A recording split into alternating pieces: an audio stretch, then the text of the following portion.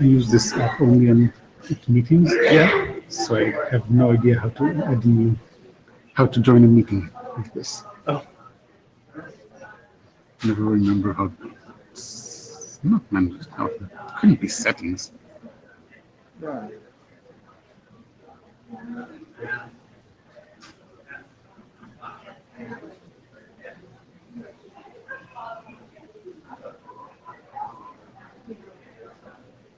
Let's keep this. Okay. New conversation. Join public channel. That's the one.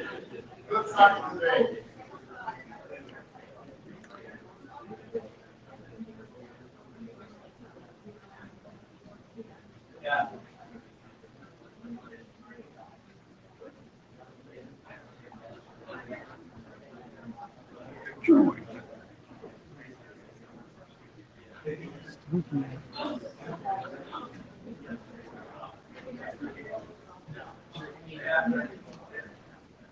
Nice. Okay.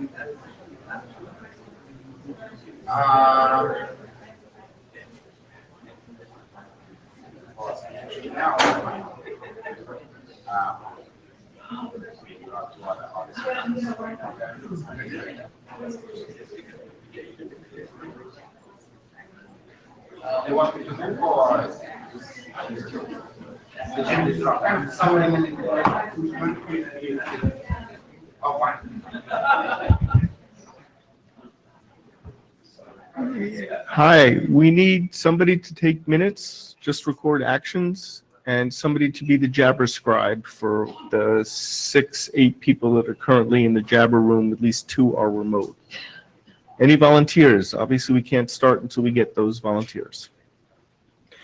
And Yov points out that our agenda has shrunk, so we have about 20 minutes free time, so we can just sit here waiting for 2 people to volunteer for nearly half an hour, if that's what it takes. Thank you, Matt. Is that someone? No. Blue sheets. And the blue sheets are going around.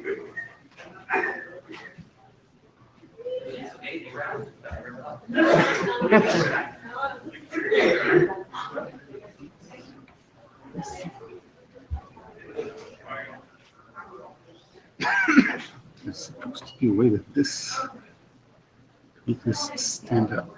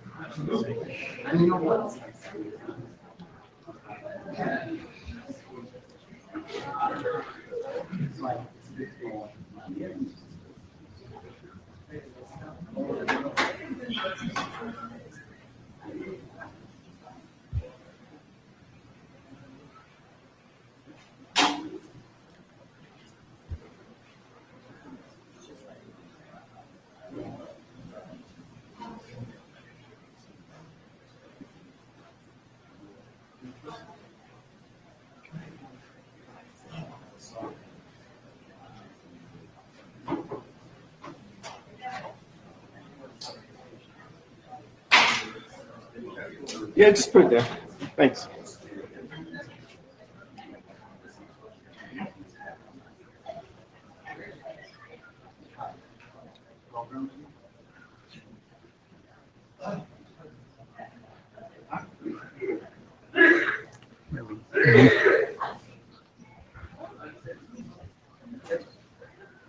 Oh, come on. It's only the first session of the week. You can't all be burnt out on volunteering for minutes.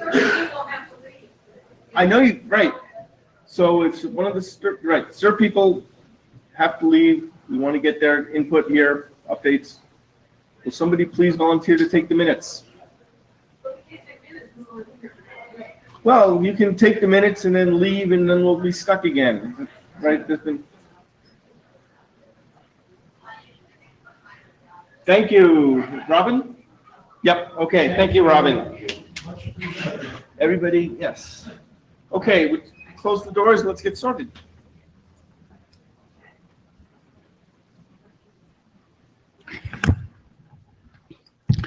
Okay, welcome to the Acme session here at IETF 105 in Montreal. I'm sure you've seen this thing, but this is the first time you've seen it this week, so it hasn't changed much. On the agenda today, well, there's the obvious agenda bashing and there's trivia. That's the blue sheets going around and finding scribes and minute takers, and the note well, which we have already seen. Then we're going to do a status update. We're going to get an update on telephony with no slides from John. We had planned to have a presentation about TLS LPN, but since neither Roland nor Jacob are in Montreal and they haven't sent slides, well, Jacob is in the Jabber room. Ask Roman to give the AD update. Yeah. So yeah. We'll include it in the update unless Jacob wants to hop in from remote. And then we're going to do something about star delegation, Acme integration. And then we're going to hear from Alexei about email. And then two things from Kathleen. Any agenda bashing? Okay, on to status. So we have new versions of the telephony and the S-MIME drafts. The star delegation was allowed to expire, but yeah, okay, but we might be reviving it now. And I see that I wrote that twice. Yeah. Acme IP and the TLS ALPN are in ISG processing. We need a revision of TLS ALPN, which should be this week. Anyone want to jump to the mic and say something about that?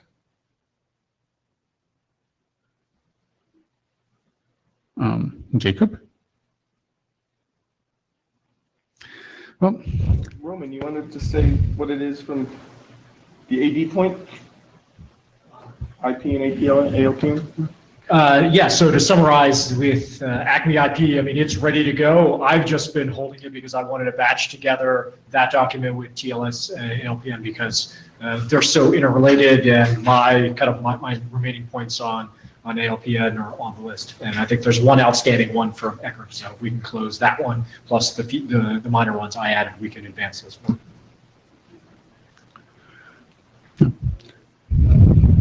That was Roman Danita speaking. mm-hmm. Roman's our AD, for those who don't know. Matthew Miller, echoing for Jacob. He does believe Roman will get to it this week, and he'll bug him when he gets back from vacation today. Cool. So also Acme Star is in IETF last call, which is why Acme Star delegation is now revitalizing. And CAA is past ISG processing, so it's now in the RFC editors queue. Hopefully we'll get an RFC by next IETF. Yes. So this is Roman Diniz speaking again. Just to finesse kind of the exact wording back to the third bullet, Acme IP and TLS APM, that's actually still with me. I have not advanced that to the whole ISG. Okay. Anything else about the updates? Good. So next are the presentations, and looking back at the agenda, first up is John with telephony update. Oh, and no slides. We're going to slide this. Yeah, so you don't get the The clicking. sound of my voice is going to communicate everything you need to know today about Acme's locking stuff. So the short answer is we did revise these drafts since the previous ID cutoff. We did it literally during the IETF week last year. So it's not like we have something particularly new to present at this point. That's largely because actually the changes that we're still contemplating for these drafts that are relatively baked at this point are things that have, unfortunately, dependencies on decisions that we're still kind of mulling over in the STIR working group. Just to give an example of one of these, we have this thing that's in R7226 that's called JWT constraints. And this gets really into kind of the weeds of how STIR works. But STIR uses these certs that are passports, right? These passports are these tokens that end up being the SID calls. The SID calls go into end. The basic idea behind JWT constraints. John, can you just check the mic? It's not up. No, it's the mic off. The switch maybe? It's too far away from you. So it's either hold it Oh, is this not protocol? Nope. Okay. Yeah. Where is this? Not this one? Okay, that's the switch. Oh, look at that. Oh, that's pretty fancy. I can hear the sound of my own voice. So yeah, like I said, this is kind of in the weeds of STIR, but like we have these passports that are getting signed by these certificates, and these are JWT-based tokens. And so we have this concept in RFC 8226 of having a JWT constraints element. And what this means in the cert is basically it can dictate which JWT claims you're allowed to insert into one of these tokens. And it kind of occurred to us it might be handy actually to have the token authority be able to issue those constraints when someone is trying to get a passport or trying to get a certificate with Acme. So as a consequence of that, we're still kind of mulling that. There's a particular use case for it that's associated with our rich call display draft, RCD. But RCD is kind of still in flux at the moment. Once I think we know where we're going to land on that, we'll be able to decide whether we want this JWT constraints to actually be part of the ATC that we have developed here in the Acme working group or not. And so that's pending. Otherwise, I think these drafts are in pretty good shape at this point. And so, yeah, we'll be back with that. We may do that like later this week, just bang this out and put a new version into the repository. The issue is STIR is like in, 40 minutes. And so we kind of want to see what's going to happen there. And then we'll make a decision about that. So that's where we are. Any questions, comments, thoughts? Well, I just think that it'd be great if after this STIR meeting, you could send a message to the list saying where we are on this. Okay, I will do that. Okay, thank you.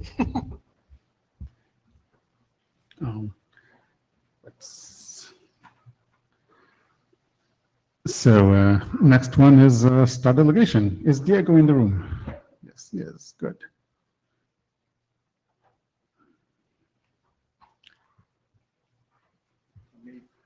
Oh, you did? Oh, that's great. Okay. It should be Wait, this is, one origin. oh, this one. But this is Diego. And Oh, he's no, going to do- no, it's the STAR delegation, that one, Oh, yes, sorry, right. exactly. yes. That's the one, yeah, okay. So this button, then this button, and Okay, this is a draft that was created some time ago. Just a little bit of history, so you. It was created some time ago as we split by request of the group. We split the original STAR mechanism into STAR only, which is about the request, and the way in which certain the identity owner could delegate the use it, because thinking of the scenario of a typical scenario of a CDN. The idea is that we split it, the document into two. Start is went on its way and is close to be published. And the case of the delegation was part of another document that originally the group asked us to go to SEC dispatch to see whether this is something that belongs to Acme or it was something that to be considered in another group. The conclusion from SEC dispatch was to bounce us back here. So here we came some time ago. The draft was adopted. And let's interrupt a little bit about the story because we will talk about why it was expired. Basically, it goes about an identity owner that receives a request for delegation. Typically, think of a CDN node that wants to use a certificate for the identity owner without exposing private keys or whatever. So what the identity owner does is precisely request for a star certificate, a temporary certificate using Acme, and the NDC, the name delegation client, pulls the certificates, the temporary certificates, and use it, allowing the identity owner to revoke them immediately without sending a revocation, but just stopping the star renewal. This is basically the idea. The idea is that there is a request that goes with the CSR that has to go from the NDC up to the IDO, that is the one that makes the request and sends the URL for pulling the certificates. The private keys never leave the NDC. No, any private material from the identity owner is exposed. It's only that the identity owner express his willingness of the certificate being generated. The reason, and this is something that we discussed several times, is why it's important to standardize it, is precisely because typically an NDC and an IDO are living in different domains, and their relationships is not precisely an internal, one. Well, status.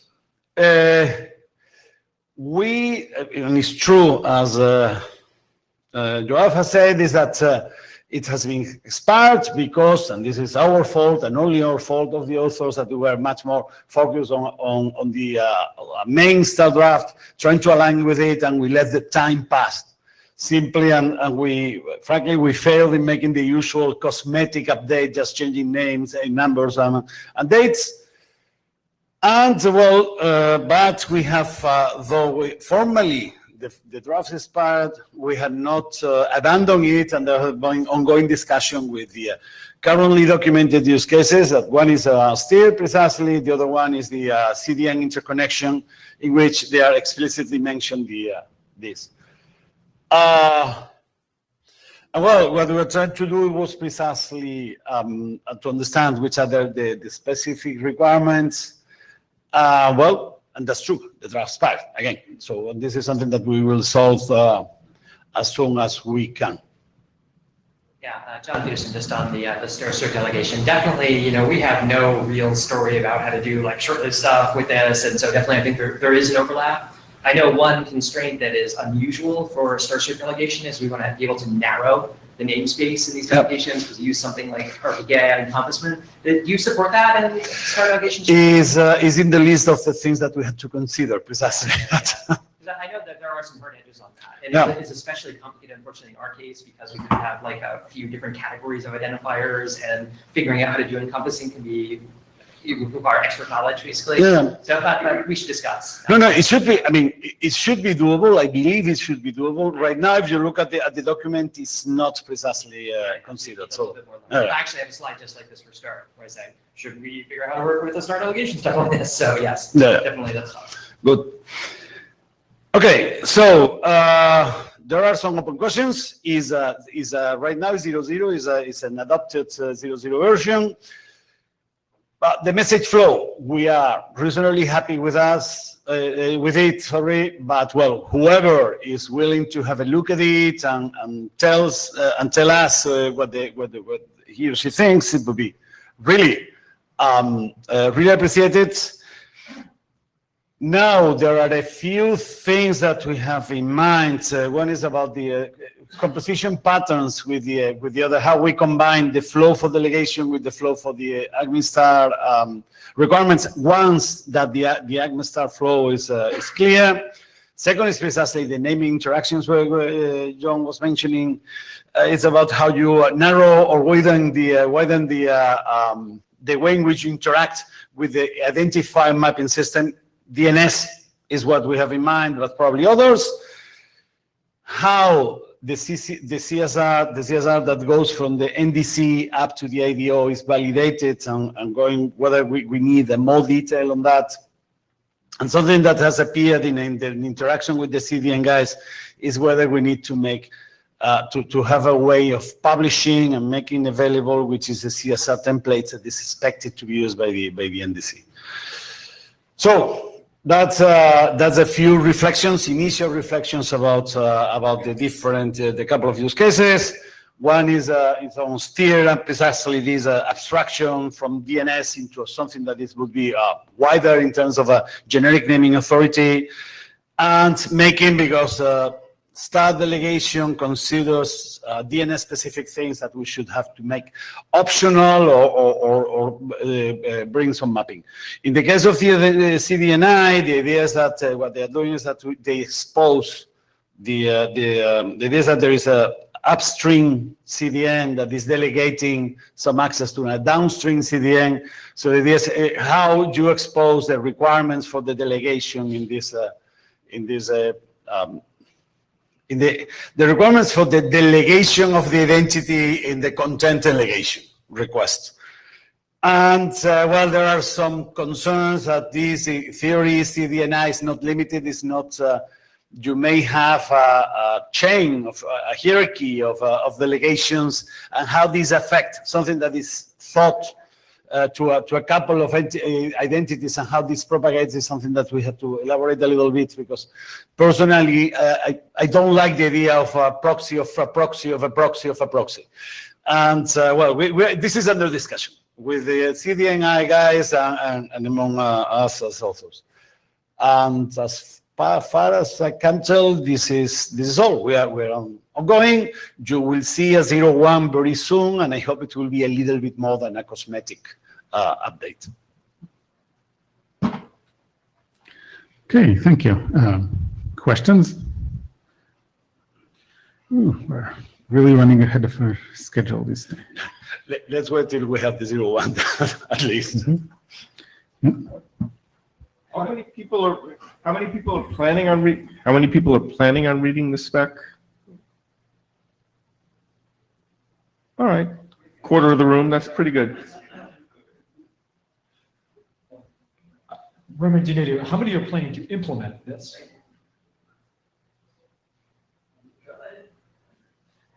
Well, probably, I mean, the point is that we should ask, well, if they could, and then they should ask the CDNI guys at least as well. That's it. I'll give you the answer. I don't know if there is anyone from the CDNI. Director Scorlett. Yeah, so I'd like to hear from somebody who's going to implement this and make sure that we're actually meeting their needs. And if there's such people exist, then they should be put on ice.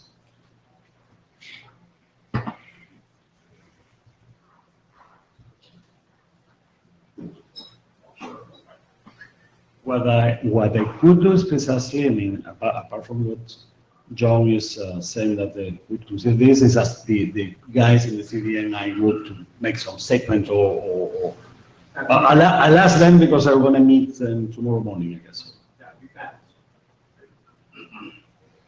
Okay. All right, next. Okay, so next in the agenda, Owen. This time it is the fourth tab. Probably click in order. Hold on.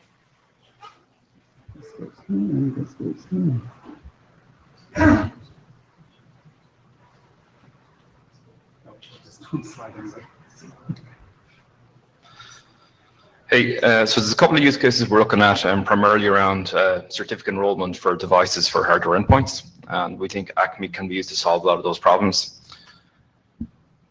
The use cases we're looking at, and one of the things that will help with the second main bullet here is Acme can actually be used for issuance of subdomain certificates. This isn't really clear and obvious from the draft, but it's actually technically allowed from the draft. I want to go through that.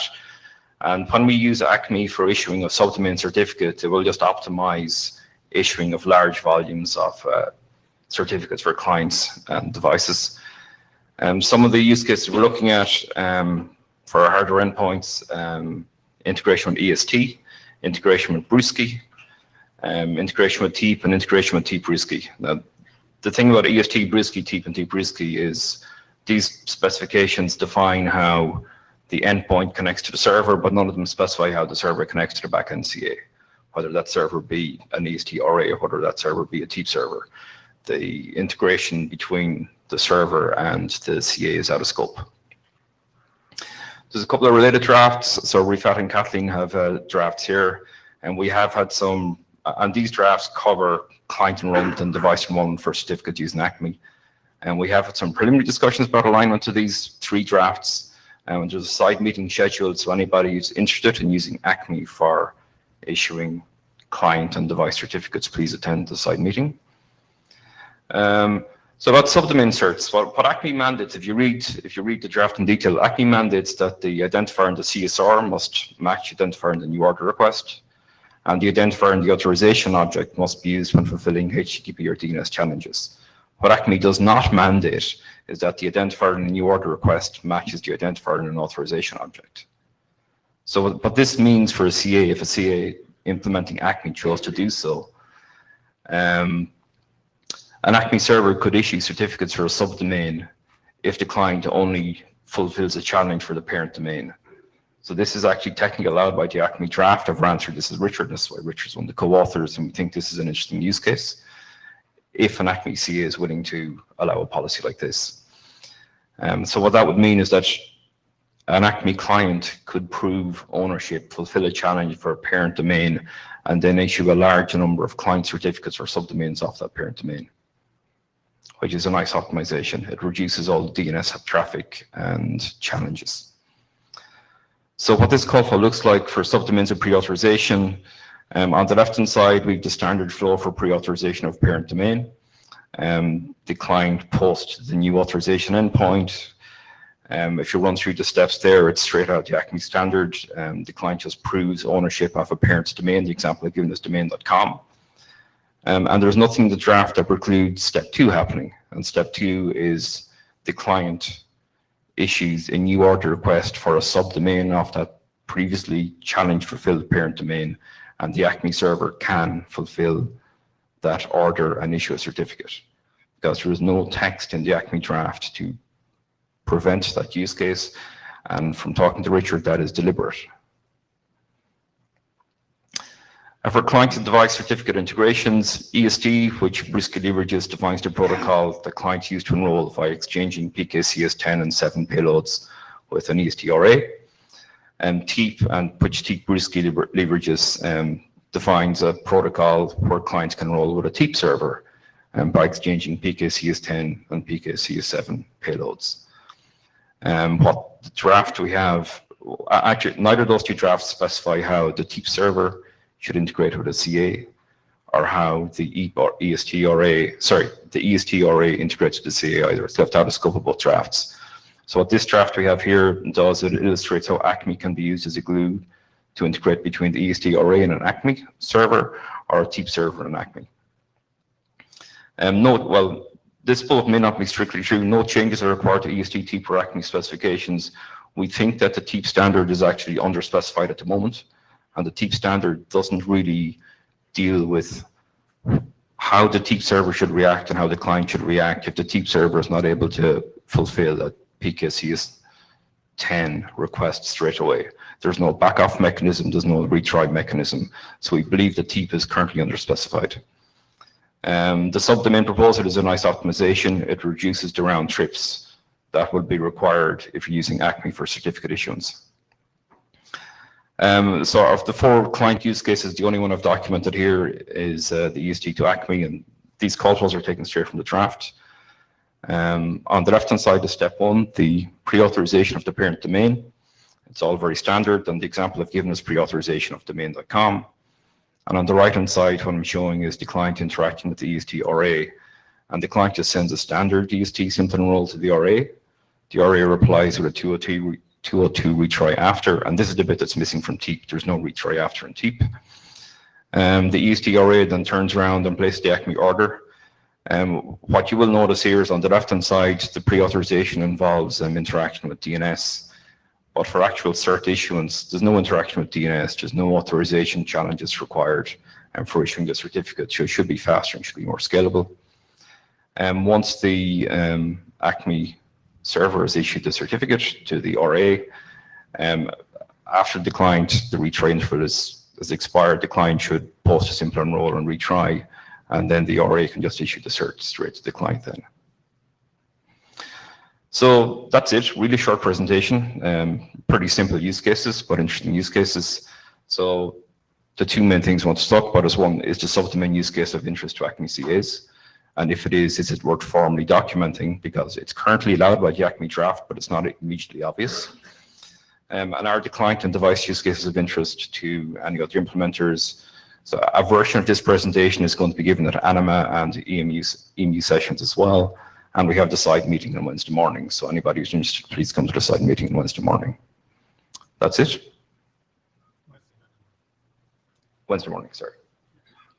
Kathleen Moriarty, I do think this is worth documenting just from talking to people who are looking at implementing.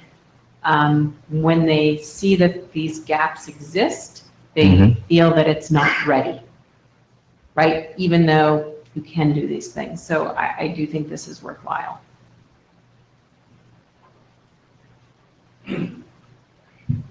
Developers, definitely yes. I mean, from what some of the ideas that we were discussing when talking about STAR and the delegation, etc., it was precisely whether it would be it would be worse to precisely consider subdomains and all, like to simplify how things are. Having this document would be very helpful. Yes.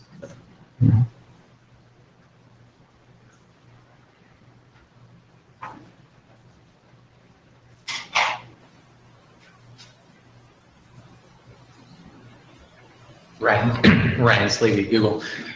So the value in the subdomain just working is valuable in that it aligns with public CA issuance.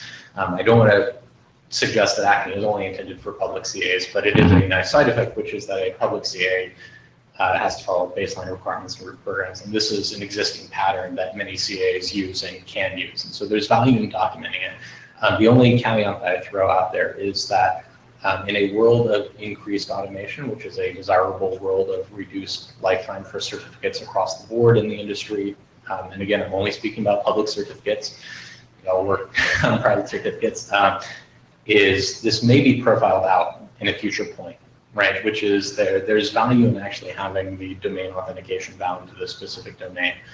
So it's possible, and I say this on an order of many years, that this gets profiled out in terms of public CAs. But I don't think that precludes documenting it now, as this aligns with public practice. This can be used for a number of interesting use cases when you're using Acme with some of these other use cases.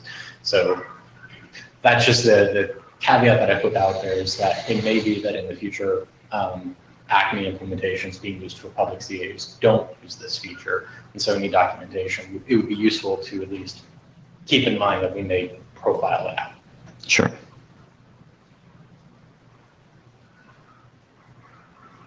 Okay, so anybody specifically interested in the client and device use cases, please attend the side meeting on Wednesday. Thanks.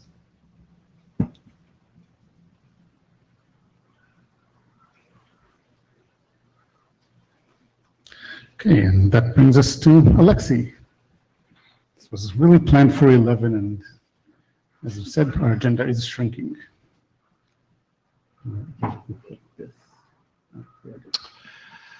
Right, this time I only updated one of the documents, which is SMIME. I think this is getting closer to being done. Next slide. So just to remind people what this is trying to do, this is basically to be able to issue SMIME certificates for end user for email addresses. The way it works is that the challenge is send in an email in the subject of email that can be verified as coming from the Acme server. email client is either Acme client itself, or it can invoke Acme client, maybe it's a special media type, or can be, user might be able to do this manually. Then the response is sent with the response part, and then Acme server can issue a certificate for SMIME use. So I sort of had a lot of, open issues in the document about how you verify that challenge email is coming from Acme server, how you verify response. And there was also some questions about specific email details about format, and I was trying to balance between making it very simple to implement for email clients, but also trying to make it usable for wide variety of existing email clients and existing libraries. So this time I drilled down more into email format for challenges and responses, mostly syntactic elements. I did some tests about putting long strings in subjects and how they will be encoded by existing email clients or web services. And yeah, basically because of line length limits in our email specs, it's likely that the subject line is going to be folded. It means that encoded word specification has to be used. So I initially didn't want to use it, but I think it's unavoidable. So basically RFC 2231 needs to be used. But this is only limited to UTF-8 or US ASCII char sets. So we don't want people to require to implement various other things. And then similar thing for responses. Then basically there was a mailing list discussion about how do you actually verify that email challenge is coming from Acme server, and traditional two ways of doing this in email is either DKIM signing, because the challenge itself in the subject, so you want to sign that it's coming from address associated with the Acme server, sign the subject and a few other header fields, or you can use SMIME signing. With the responses is more difficult because you don't want to use SMIME for responses, because the whole point of this is to get a SMIME certificate to be able to do that, among other things. So for responses, it's probably just DKIM signing and make sure that SPF and DMARC and various other things in use work. Right, next slide. Yeah, I got a couple of questions last week. I'm sorry I didn't reply to email. I will do this later, hopefully today. One question was, the document currently says the responses need to use RE:space prefix, and suggestion was to allow any prefix. Not a big deal either way. Purist in me says the only client that generates non-RE prefix is old version of Outlook that should be banished from the surface of the earth. If there are other clients doing this, I'm curious to know. But at the end of the day, this is not a big deal. The change is going to be whether you compare the whole string versus you compare a suffix of it. So, I mean, in computer terms, it makes no huge amount of difference.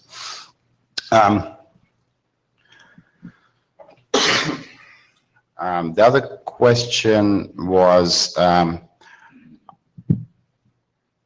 I was struggling a bit with, how simple the structure of challenge and response emails can be. Originally, I just said it's text plain messages where for the challenge itself is in the subject of email, so text plain is just explanatory note. For responses, response itself actually contains the response part. So I was trying to balance whether, do you want to require Acme clients to be full email clients, to allow multi-part mix, or maybe allow, nice HTML text to be included explaining what you do with this challenge, how you can handle it manually if your client doesn't support Acme as MIME automatically, but the user can be instructed how to do this. Still open to suggestions. One suggestion was also to use spam-like encoding inside text plain, so like sort of for certificates and various other objects. Yeah, again, depending on your API and your client libraries, that might be convenient. I personally prefer to tag challenges and responses and as extra media types, which allows to invoke external applications automatically, and it's slightly easier for email clients to key off to do automatic action. But again, this is in the grand scheme of things, it doesn't matter. But we just need to make a choice and move on. Next slide. This is a list of my outstanding issues. I dealt with challenge verification. I need to do a bit more work on response verification. And again, there is still a little bit of open issue about structure of the challenges and responses. So more feedback on the mailing list would be useful. I think probably one more revision and this can go to Lala's call. And then I can try to ping various people who can provide more feedback on, the structure of the message. Thank you. Wait, before you, so not as a chair, but as someone who gets a lot of international mail, I see AW all the time. So going back to the prefixes slide, I think maybe just treat it as the subject line being a suffix is the best. Yeah, a lot of IETF, right. Yes, I see RE:, AW:, RE:, I know, this is the old Outlook. And sometimes a couple of Chinese. Well, maybe. Yeah, I'm not convinced it's just old Outlook, but okay. Okay. Yeah.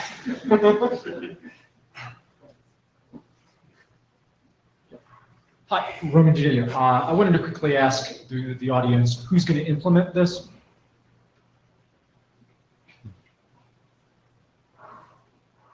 Will thinking about implementing? Am I in the wrong crowd, though?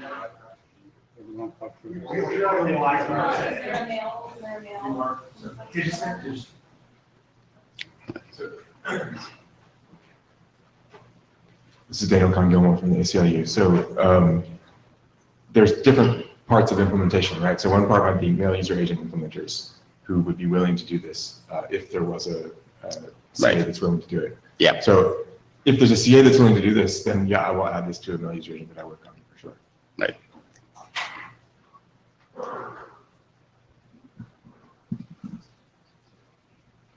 Okay, you done? Thank you.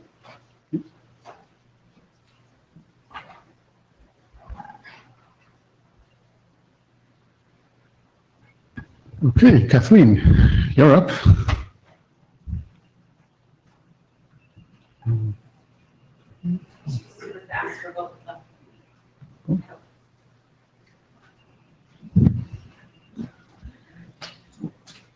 Okay, so from the last meeting, I split out the one draft I had into two.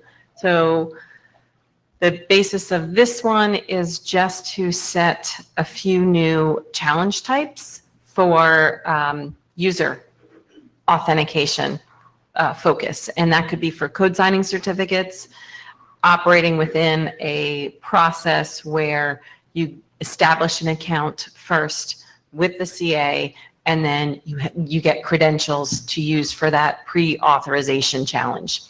And so I'm proposing one-time password, key pairs like a FIDO account be set up, or other certificates be issued for that pre-authorization. So what happens with a code signing certificate is the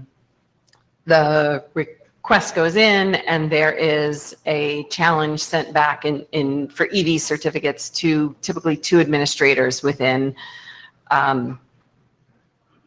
the account. And this would be used for that authorization. So I did get some email and private conversations after the last talk. Not I think, crickets on the list, right? But I did get a bunch in private. So I don't know if people are ready to do this yet, or if they like, or so this is the first time I have these 3 in there. Last time I was just trying to see who was interested. So I actually did get some interest. Is anyone in the room here interested in adding these challenge types? Okay, I do have other people. Okay, so at least 1. And I do have other people interested, which is, okay, at least 2, 3. Okay, and I do have other people that were interested, and I don't know if any of you are the ones. There was somebody I didn't know that had contacted me. I mean, should I just let this sit a while longer and see if interest grows? People not ready for it, they don't like it. Just to note, there's a +1 in the Jabber room. Okay, thank you. All right, so that's at least 4. And with the interest of 4, is that implementers? Yes. Okay, so, all right. And I have other people, is why I'm standing up here. All right, so, Seems like there's interest. okay, all right, good. Thank you. So please send comments and feedback. Okay. By the way, it's Thomas Fossati on the Jabber room. What? Thomas Fossati in the Jabber room expressing interest. Thank you. So I'm Debbie Cooley from NSA. DOD's in the process of setting up a Acme CA. It's possible they may be interested in authentication types, right? I mean, we already have authentication things floating around. Yep. But this is a first serve for me because it's been like a little hot minute since I've been here. So let me go back and ask and see if they're interested in this. Great. Excellent, thank you. Yeah, I'd appreciate any feedback, or if there are types that I missed that should be incorporated as well. I didn't put too much time into this because I wanted to get interest. Well, It would be awesome. cool. All right. Okay. Next one. Yeah. So I split out these 2 drafts after a message from Richard Barnes and some conversations with Owen, and we have to sort out like what we should do with all of these drafts. So I just want to go to the next slide. So when I talk about this work, people just see the Let's Encrypt work and the RFC 8555, and they get lots of, I've gotten lots of questions that of things, I think Owen had said this, things that you can do with Acme, but it's not clear from the draft, and then people are hesitant to go forward because they think it has to fit in with the realm of what Let's Encrypt does. So this would be informational. I think we have to sort out maybe in the Wednesday meeting what docs go where or here, ideally, but what's useful. Are there other questions that need to be answered that other people are getting? Like I get ones like, where can you store the keys? And it's orthogonal, right? So you could use PKCS 11, but it doesn't say it anywhere in RFC 8555. I know, Sean's face. Yes, it should be obvious, but apparently it's not. Right, and then there was long mailing list discussions on things like comparing it to EST, but that wasn't captured and you have to go back and read a mailing list. So I've gotten lots of questions on that. And then being able to use a challenge type for a different type of certificate. You know, you just have to change the CSR and it has the different cert type, but that's not obvious either. So yeah, some of this might be silly. Is it worth documenting and improving this, or as an informational draft, or not? What do people think?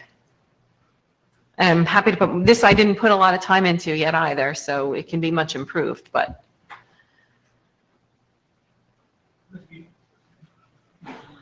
Hi, Robin Wilson. I think the more we want people to implement encryption and PKI as an infrastructure as a default, the more we can do to reduce obstacles to that adoption, the better. So I'm in favour. You can seldom explain crypto too simply for anyone. Okay, great. So comments and feedbacks to improve it would be appreciated. Yeah, I mean, this seems like interesting material. I think RFC seems like an odd way to do it because they're going to have in those number of questions that people are going to have. And so I guess that is kind of what's more needed here. Also, I'm a little sort of sad about the material in here. That's sort of like, why not S? That seems like I think we deliberately sidestepped those questions in the working group, and like I'm sort of reluctant to like I find whenever you sort of explain why did you do protocol A, not protocol B, people who did protocol B are sad, and like I don't really want to have that fun. Yeah, so it was answered on the mailing list in detail, but people who aren't following the mailing list aren't seeing that. So it's just stuff that I've been asked. Yeah, so Richard Barnes, so I've read the draft, largely agree with what Ecker said. There's some useful stuff in here, some stuff that maybe shouldn't be used for folks who aren't kind of history, but I don't see why this needs to be an RFC at all. It doesn't need the consensus of the IETF. It doesn't need permanent archivability. I think this would make a fine blog post or a series of blog posts, but it doesn't need to be an RFC. Okay, so something being found, I think, is the importance. Like, I have some working groups where I go back to documents and I have to pull out a draft that's been expired, and this goes back over a decade, where I have ones that I do that for. That's the fun thing about blogs, is they don't have to expire. They can disappear without notice, and an RFC can't. A site can go away. These are archived, so archival value. Yovnir, no hats. So a few years ago, and by few is probably about 10, the IPsec group had this IPsec roadmap RFC that really documented all the relevant RFCs. So that is published, and I don't think anybody ever uses that RFC. Is there a way to know that, though? No. But you don't need it to implement anything. So there is some value in this, in my opinion, but I don't know if it's a lot of value. All right, so if there's some place where it's not going to just disappear, like just some random blog post, I've had blogs disappear. Roman did 2 questions. I'm going to add one beforehand. Do we know whether anyone's reading it or using it? I can't say using it, but if we implemented the web analytics on the IETF website, we know whether people are reading it. Just saying. But for the comment on this, and again, I'm speaking as an individual here, I did not read the draft. Is there an applicability statement in the list of anything that's documented here? Applicability, I mean, this is just answering general questions. Like, so it's all over the map right now. Frank Xiaohui, firstly, I want to say that when I read this draft, I think that it is useful for me to understand the history of how to use these kind of things as a new guide for this area. Yeah, it's really useful. And I personally think about the question of whether this should be IFC or other kind of way to publish it. I think, because I think that maybe in this draft you have talked about, or you described about something about how to use ACME and together with the Brisky or ESC, other kind of technology to provide a whole process of the device or the user's auto provision, right?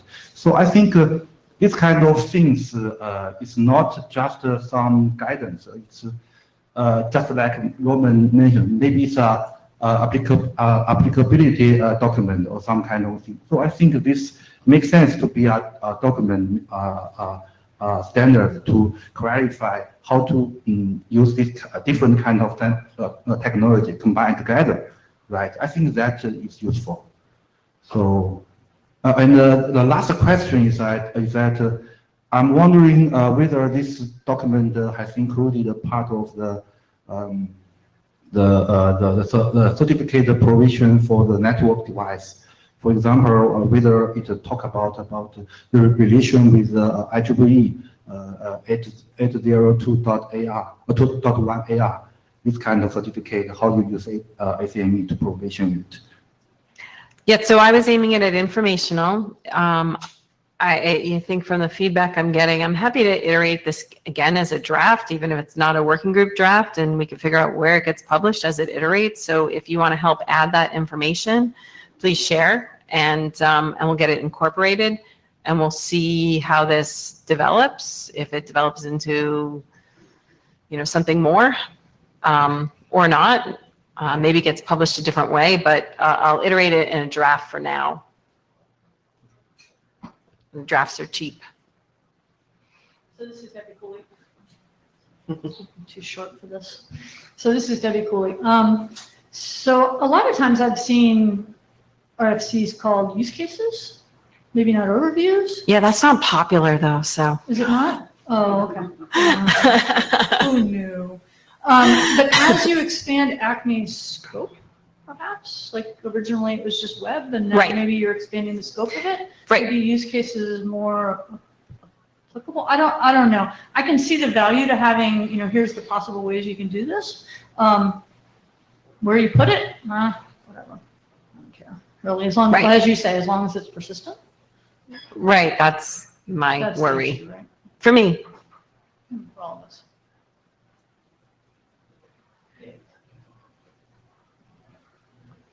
Alex Melikov. I suggest the working group, if there is enough interest, adopt this as a work item with understanding it might not be published as an RFC, and just do it as a working group process, and then you figure out what to do with it later on, whether it's, wiki, blog post, RFC or not, content will evolve. So, and I'm fine with that, because then even the draft will always be there, even if it doesn't get published. So we have that stickiness of that because of the archival properties.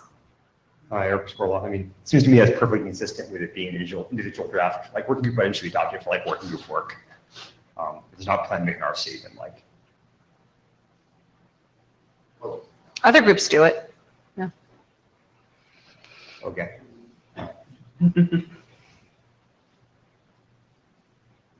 Remediative. I think it's whatever the working group wants to do. So if they're interested, yes. If not, then no. But yeah, we should talk about it.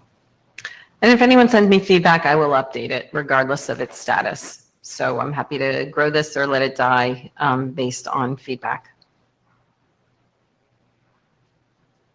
Chairs? Are you ready to have the working group decide now, or you want to do another draft, or? It doesn't matter to me. I'll continue to work on it based on feedback, but what do you guys think? You're the chairs. Well, I think that the first question would be how many people have read the draft? Okay, 1, 2, 3. Really enough to say. Yeah, well, enough to fill a table at the restaurant. Yeah.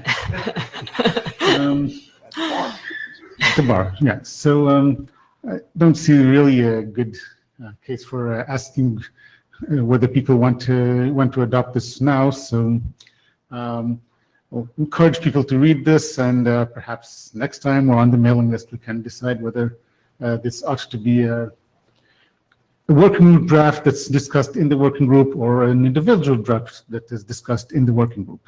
So either way, I don't think that there's any decision that we can make right now. All right, thank you.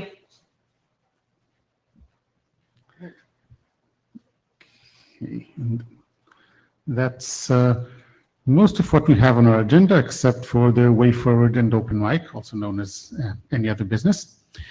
So about this way forward thing, the way it looks from here is that we're discussing a lot of very poorly read, poorly reviewed drafts that, well, there's not a lot of interest, and for many of them, the people who might want to implement them are not in the room, not in the list.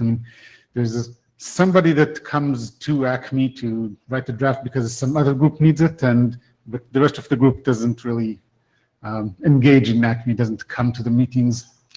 And the question is, do we really need a working group to do that? is there any advantage of having an Acme working group when what we're doing here isn't of interest to the people in the room, to the people on the mailing list, except for that 1 or 2 people coming from another group to do some Acme work for their group. So the question is, do we want to always be closing this working group, or do we think that there's any actual work that the working group is going to do, rather than just sitting here reading our email while somebody from another group comes to the mic and tells us what they need. So this really has to go in the mic.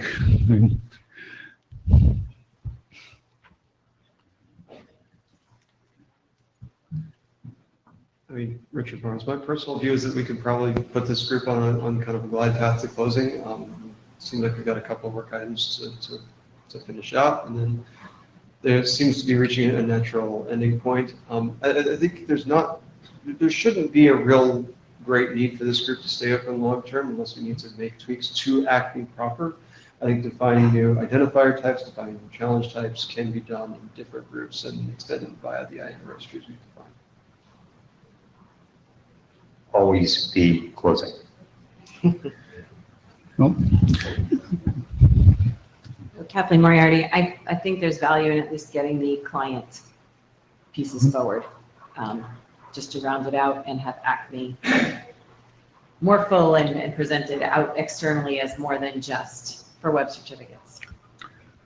Right, so I'm sure that anything that we've already accepted should move forward and be done there, but we could go into kind of a closing state where we're not taking any new stuff, because as long as we stay open, people are going to come and have this new little extension that they want, and we're going to be like the old PKIX. Roman Janidia. So let me ask kind of the question another way. We have some drafts in flight that are adopted. We have some drafts that are not yet adopted, but we've talked about. Is there any body of work that has not come in draft form to the working group that we would want to put in the table that would necessitate us continuing the working group? So I guess I'm asking another way. I mean, is everything, are all the drafts that we would think about kind of advancing in a working group we kept open, are they all on the table, or is there something else unsaid?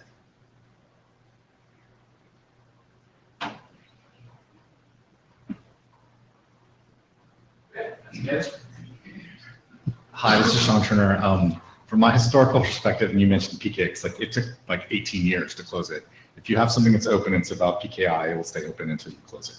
So if you've got things and you think you're good to go, you can close it. You can start another working group. It doesn't take that much time. So I think you can recharter, do whatever. I mean, there's all kinds of ways you can do this. I think the things that for Acme are good. If there are things that come along that are like additional explanations, we have Sec Dispatch. If it's clearly that evident, the ADs can sponsor it or not. It's up to them.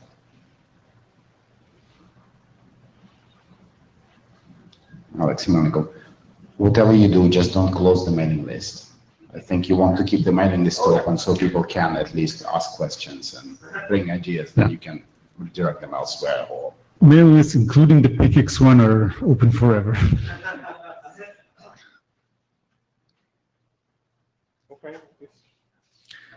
Okay. Okay. Yeah. Yeah. So, Confirmed on the mail list. of course. So, any other business? Good. Then you've got a lot of your life back. You can all go to STIR now. Right. Thank you. Thank you all.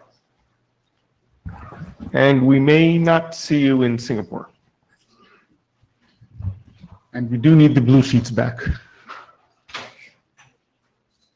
If you haven't signed them, do so now.